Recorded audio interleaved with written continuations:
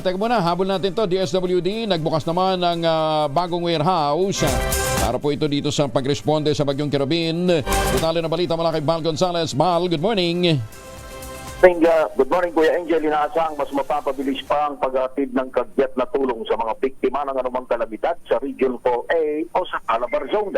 Ito'y kasunod ng pagbubukas ng 14 pangdagdag na warehouse facilities ng Department of Social Welfare and Development o DSWD sa nabanggit na rehiyon.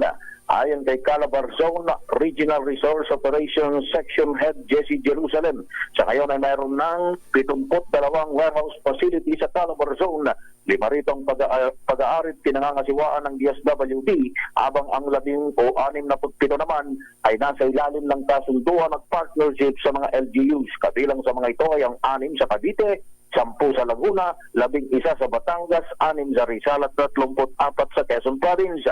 Ang nasabing mga warehouses ay magsisilbing storage facilities para sa mga prepositioned food at non-food items bilang augmentation support sa LGU sa panahon ng kalamidad. Ako si Val Gonzales, DZRH, una sa Pilipinas, una sa Pilipino. Maraming salamat, Val Gonzales.